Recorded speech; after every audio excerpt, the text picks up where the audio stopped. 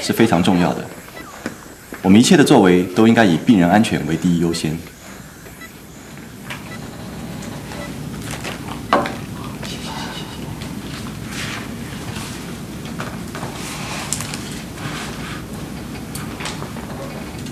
从以上大家的讨论，我们可以归纳出几个系统上的根本原因，包括团队间沟通与资源的问题，我们转送机制与流程的问题，人力配置的管理与教育训练的问题。谢谢大家拨空来参加。其实 RCA 这个会议主要的目的，也是希望根据各位专业能够提出不同的意见，能够找出问题的症结，能够使我们的医院能够在医疗系统方面能够有所依据。我想之后对这个事件有什么建议或者想法，可以告诉我，跟执行秘书王先生。会议进行到这里，大家辛苦了，谢谢。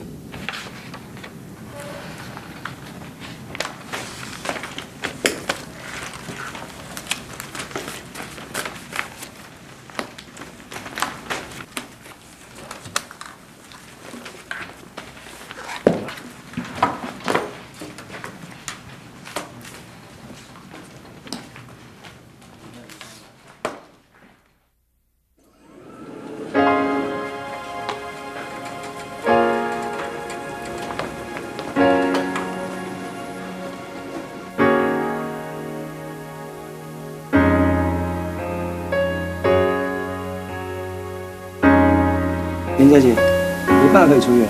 谢谢，恭喜你了，林小姐。谢谢。啊，太好了，我们可以回家了。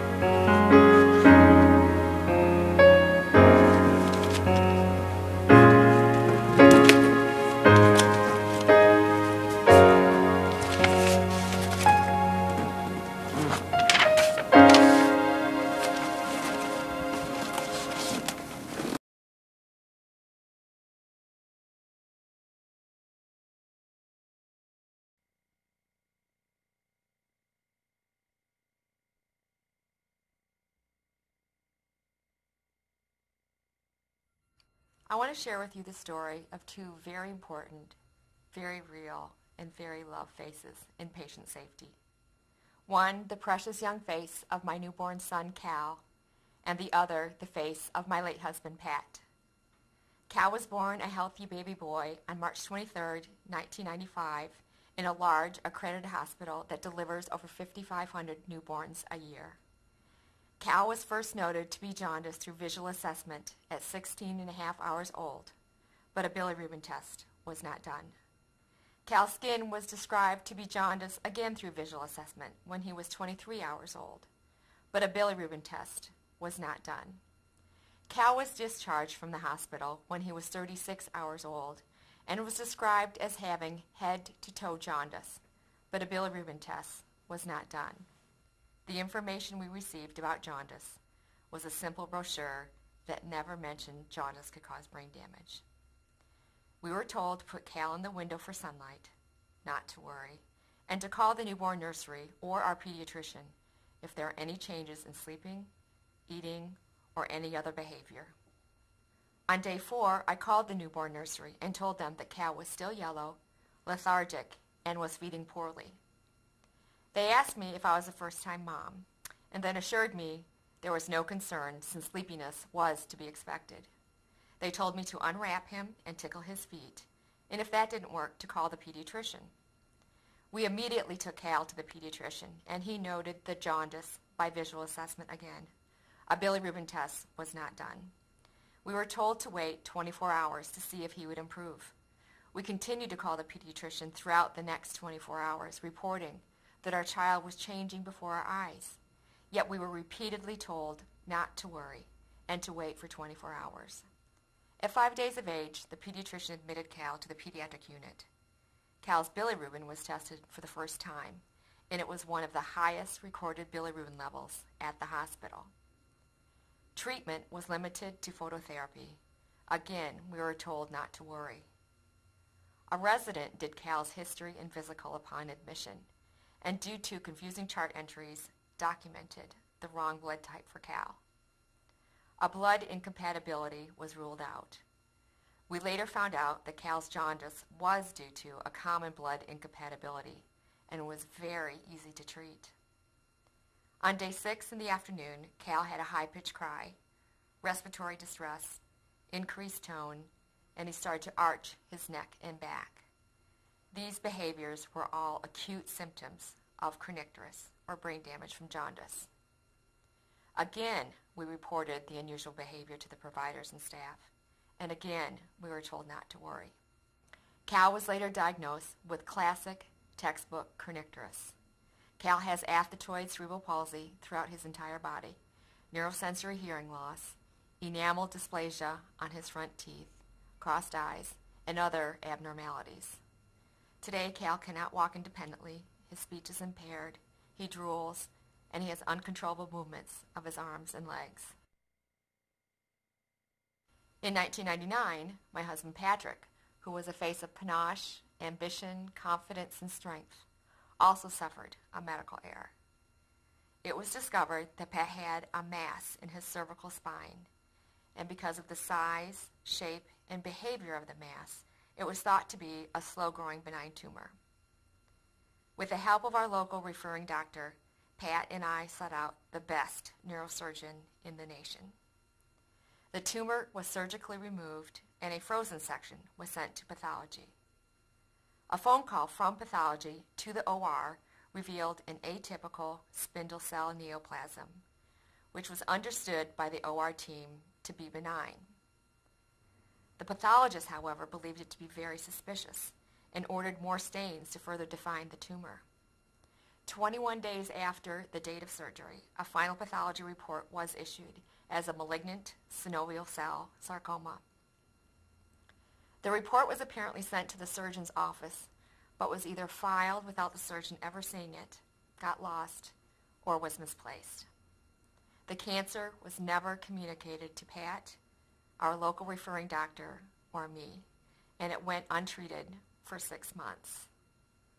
Pat's neck pain returned, so he went back to the neurosurgeon to find that the tumor had grown to the size of the surgeon's fist, had spread, and had invaded his spinal cord.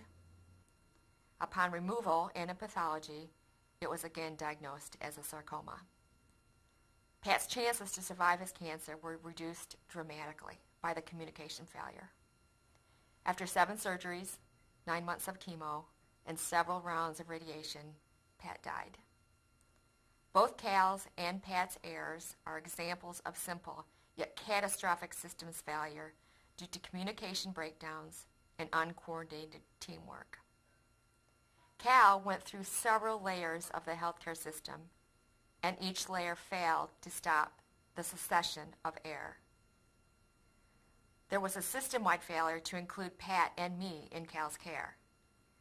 This was not any one individual's failure, but at any point, one individual could have made a difference by stopping the systemic failure before it reached its tragic conclusion.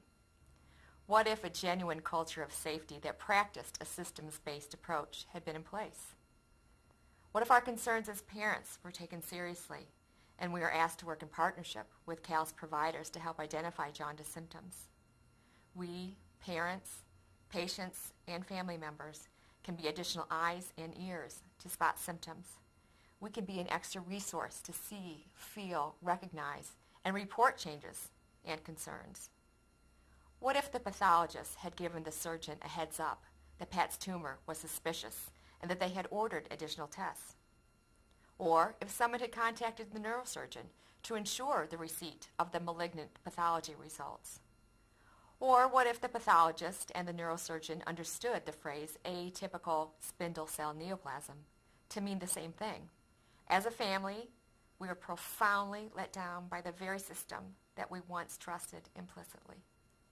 With this in mind, I ask you, to never give up on patient safety. Seize it with relentless passion and embrace it with urgency, honor, and hope. While there may be barriers, patient safety cannot wait. I know from my own efforts, each individual can and does make a difference. And I must say that I have witnessed progress, promise, and the power of partnerships since the errors in my family occurred. I have had the honor of being part of some robust patient safety initiatives that are making a difference.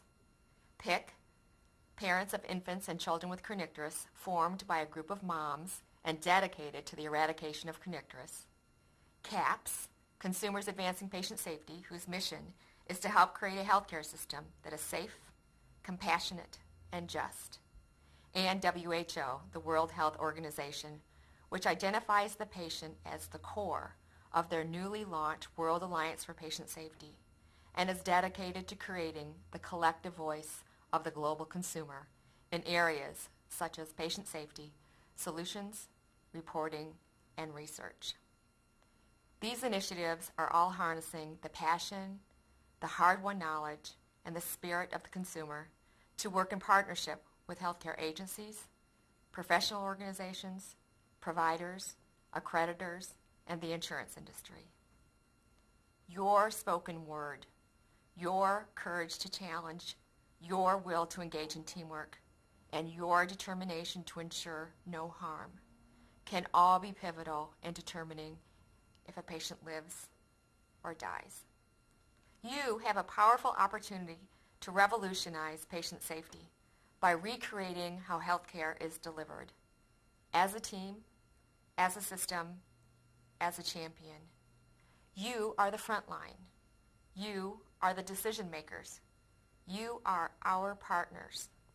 You are not just an individual working in isolation, but the pillar and the cornerstone in patient safety. Ask yourself, how can I be part of the transformation of healthcare and patient safety? Because working in partnership with each other, your co-workers, and your patients, we can make a difference so that daddies and babies and other precious family members and friends are safe from harm. Thank you.